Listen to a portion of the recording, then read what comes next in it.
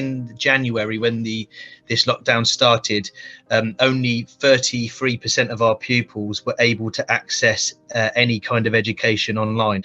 These children may have been trying to access Google Classroom or some kind of digital platform, perhaps on their parents' mobile phone. I had one family that had 3 children, 2 secondary school age, 1 primary school age, that was using a smartphone between them all. So they all had to do their lessons from this smartphone. There are lots of things which we're doing, which we've done over the pandemic, which we're going to keep doing. So the use of Google Classroom, a certain amount of blended learning, the use of digital platforms to make access to information and learning and revision easier in the future. But to do that, all of our children need to have reliable access to the internet. So going forwards, of course, this has really highlighted how many children don't have access, and it's stopping the children from able to access the learning experiences that everybody else is able to access. It's not going to go away as the pandemic eases. There is a huge need for children moving from primary school to secondary school to actually get the technology. Laptops used to be a luxury, and that's proven it's not anymore. They're more of a necessity to young carers and young children as they're going to school. There aren't a lot of jobs out there these days that don't involve use of these sort of platforms.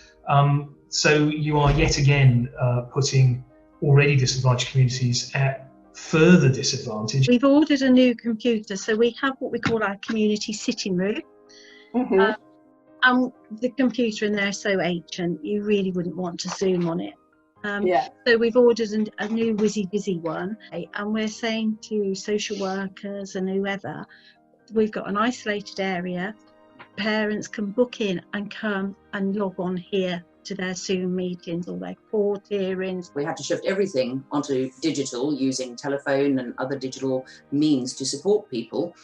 And that meant that there were a significant number of people who needed help who couldn't access it. And this is about addressing loneliness, social isolation, which is an enormous problem and causing tremendous health disadvantage to older people. The other group are people who may have the skills, but also cannot access devices, cannot afford internet connection or data. So it could be that they can use it, but it's of no value to them if they can't afford to get online. Many of our beneficiaries now come from marginalised backgrounds, including refugees, ex-military personnel and young people not in education, training or employment. The onset of the pandemic has really massively changed the way we reach and work with the people we are supporting. We know that we could reach many more people if we had a steady source of donated devices that we could refurbish and distribute to those in need. And that's where this project, Getting Oxfordshire Online, comes in. It is not insuperable, that's the good thing, because we have a lot of support from the community and we are fortunate to live in 21st century Britain.